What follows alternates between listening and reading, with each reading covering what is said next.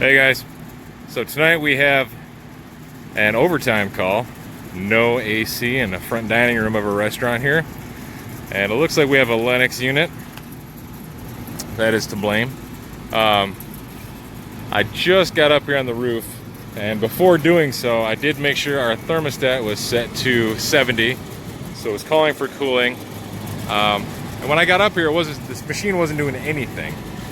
Just literally seconds ago, before I turned the camera on, my condensing units came on, or excuse me, my condensing fan motors came on, and my compressor kicked in. So, let's see here.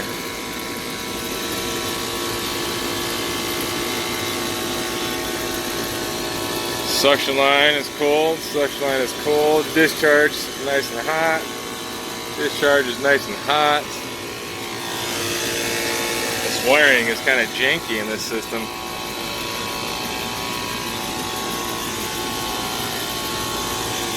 I hate to have to change this compressor out. You'd have to remove the incoming power line going to the disconnect just to change this compressor out. That's interesting. Now we go up here, we look at our main control board. I don't see any fault codes.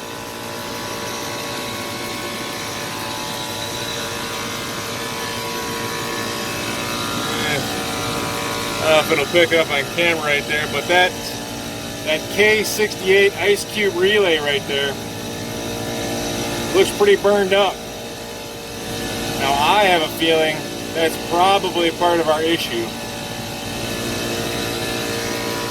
but we're still in the visual inspection portion of this service call, so just kind of looking for things that might cause this unit to intermittently fail. Now right here, if you look on the right terminal, top right of this contactor, that yellow wire, right over there, I'm going to try not to touch it, but right over there, you can tell it's melted. So that terminal's kind of been overheating a little bit. We might need to change that contactor out, maybe fix up some of that wiring.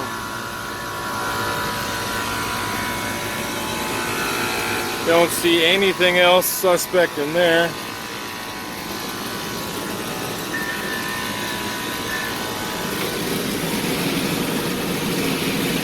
Blower's spin in the right direction.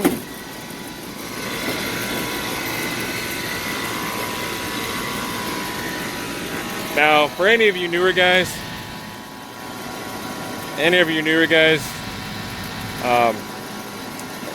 when I said the blower spin in the right direction, the only way I knew that really is just from the suction on the door, the blower compartment door. It's one of those things, after you've been doing this for a couple years, you kind of take for granted, but it's little stuff like this that helped me out when I was coming up in the field. Check our fan direction. Blowing. It's blowing. A lot of hot air coming off that condenser right now. The other thing I noticed when I was checking out my thermostat was the batteries in the back of that thermostat. They look pretty corroded, so we have corroded batteries on the thermostat, 2 relays that control our outdoor condensing fan motors. Look pretty bad, look burnt up. Probably not making very good contact inside. So what we're gonna do is I'm gonna change out the batteries in that thermostat. I might even change out that entire thermostat because the base of that thermostat looked kind of wonky. It didn't look like it was the original base. But I'm gonna get a supply temperature, and then we'll go shop around my truck, see if I have those relays. So as I'm doing my visual inspection, my left side condensing fan motor is shut off. Now it's 95 degrees outside here, and I know for sure that we have enough head pressure to satisfy that high pressure fan cycling switch inside there. So again, that goes back to that relay that we just spotted that's all burned up. I have a supply temp of, I don't know if I can pick it up on camera there, but it's about 65. It's going up now that my condensing fan motor stopped. So we definitely have a relay problem. And I also noticed my economizer. You can see it right in there. My economizer is open. Now, what I did was adjusted the minimum set position, but it didn't move. And judging by the condition of this economizer, chances are the motor's fried. So I'm probably just gonna abandon this economizer, shut those vents and block it off. Because with that economizer open, we're drawing in outside air. So it's mixing outside air, which makes sense for this area because there's no makeup air in this building. So they probably want a little bit of air to be brought in, but that seems to be excessive to me. So, and again, I'm only saying it's excessive, but of course I haven't done any blower door test. I haven't pressurized the building and tested pressure, but if you look at those louvers, that left side's kind of sagging down a little bit, so I'm going to fix that up, kind of close it up a little bit. But again, I just don't want that much mixed. I don't want that much hot, humid air going down to the dining room. Kitchen, I'm not too concerned about that right now because the kitchen does need makeup air because they have a couple of exhausts over there. But all right, well, let me get this economizer set up and I'll bring it back along when I'm done. One of the habits I have is always checking the incoming voltage of our low voltage transformers. Now this particular one, I am getting 213 volts. I don't know if that's picking up on camera, but I'm getting 213 volts. It's set to 240, so we're gonna have to change that over to 208. But if you'll notice this thin little red wire, that is carrying some of our voltage. That seems kind of scary because that's a very thin little wire. It goes downstairs somewhere. I don't really know where it goes, but if I had to guess, it must be tied into the smoke alarm system. Chances are when the smoke detector senses smoke, it cuts off voltage to this transformer. But normally they do this on the low voltage side. They'll have it cut off the low voltage side between the transformer and the control board. So I'm not real sure why they have it set up this way. It's not really correct. But this is a newer customer, so I'm not sure if I want to mess with that yet, because I'm not real sure how their fire alarm system is set up, and I don't want to set anything off at this moment. And it's been working this way for who knows how long, so I'm going to leave that alone until I talk to the customer. But hey, real quick guys, just wanted to show you something. I run into this all the time of guys crimping wires wrong. Now if you look at your crimpers on the back side, normal crimpers anyway, it'll say insulated and non-insulated.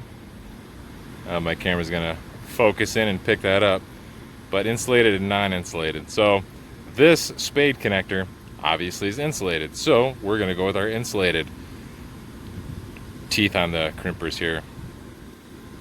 Crimp it down, squeeze it,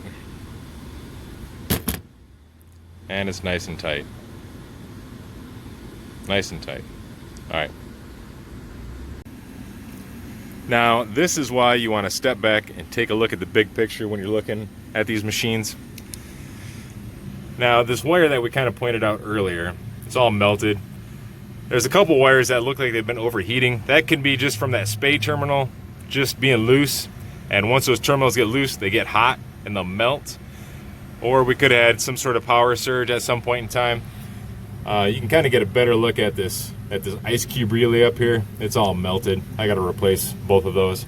But what I was going to point out is this contactor is relatively new. If you look at the contact points right underneath here, I have no power on this machine, so that's why I can touch it. But if you look at these contact points, yeah, you can kind of see it on camera there. These contact points look pretty good. There's just very, very light pitting. But if you get over to this side, these contact points are heavily pitted on both of these contactors. This one a little harder to see. I can't really get in there and show you very well, but we're gonna go ahead and replace both of these contactors, those switching relays. I'm gonna fix up that wiring. We're gonna check our capacitors, and then once we get all that stuff situated, we can see what else we got wrong. All right. Looks like we got a multiple offender. All right, so we got our new contactor wired in. I ended up replacing that 15 microfarad capacitor back there. It was open. The bottom one tested right around 14.07, I believe, but it was within its 6% rating. I replaced our 2 ice cube relays with 24 volt switching relays. Right here is our ice cube relay. I took the cover off to kind of show you the insides a little bit. I mean, as you can tell, it's pretty melted. It looks like this solenoid, this little solenoid right here, the blue part, that probably just overheated. It could have been loose connections. This relay could have just been bad. But if you look real close, I don't think I can get it on camera, but our contact points are pretty heavily pitted. But real quick, for the guys out there that don't know, these ice cube relays are real simple. It's basically 2 separate sides. This separate side, this separate side. Down here, these 2 terminals down here at the bottom, those are our control voltage where our 24 volts go. And then usually they'll have our incoming power go to these 2 terminals on this side. For example, on this particular relay, they only use this side. That's why these terminals right here are nice and clean. There's no scratch marks as compared to these ones where there are scratch marks. Now, the way this works is you'll have incoming power sitting right here, and unless we get control voltage that powers this solenoid on, this contact point stays touching this top terminal, which is connected to nothing. So we don't have a complete circuit. However, once we get our 24 volts, this solenoid is energized. This connector pulls down, and now we have connection between this terminal and this terminal. So we have power going in and power going out to our condensing fan motor. Now, another thing I did too is I checked our drive belt. I checked the alignment. Alignment's fine. It was a little loose. This is our old belt right here. I did change it out with a new belt that they had. This place was pretty good. They kept a couple spares inside, so I switched it out. I got maybe an inch of deflection on that belt, so that's pretty good. I don't see anything else that concerns me on this unit. I changed out the batteries and the thermostat. They were heavily corroded. If we go down here and kind of take a peek at the burners, now if we can get in there and take a better look at that, but those burners, I'll bet you we'll probably be out here in the winter time quoting a new heat exchanger for this unit. I guarantee you that heat exchanger inside there is cracked. But we're here on overtime for no AC, no heat. So let's close this up. We're gonna power it on and see what kind of supply temperatures we got. I just got power back on. Our condensing fan motors came on. They are spinning in the right direction. The shutter speed on the camera may make it look like they are off or going very slowly, but they are on.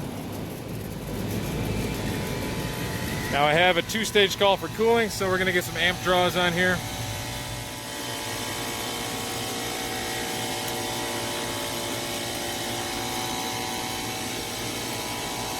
Got just a hair under 18 amps.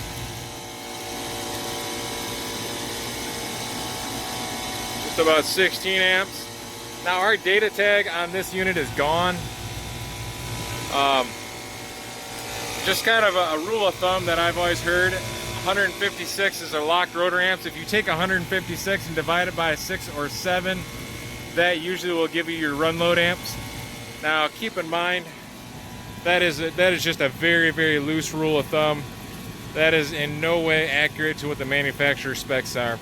In a minute here, I'm going to look up the Copeland Scroll website and look up those barcodes and see if I can get any additional information, just so I can make sure I have the right run load amps.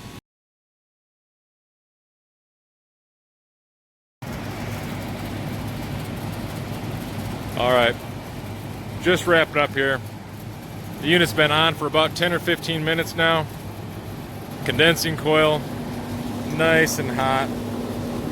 Hot air blowing out the top on both sides. Very, very nice. Very, very nice. Our supply temperature, we're at about 59.8. Our return air was still about 86, 87 last time I checked it. AC has been down all day at this location.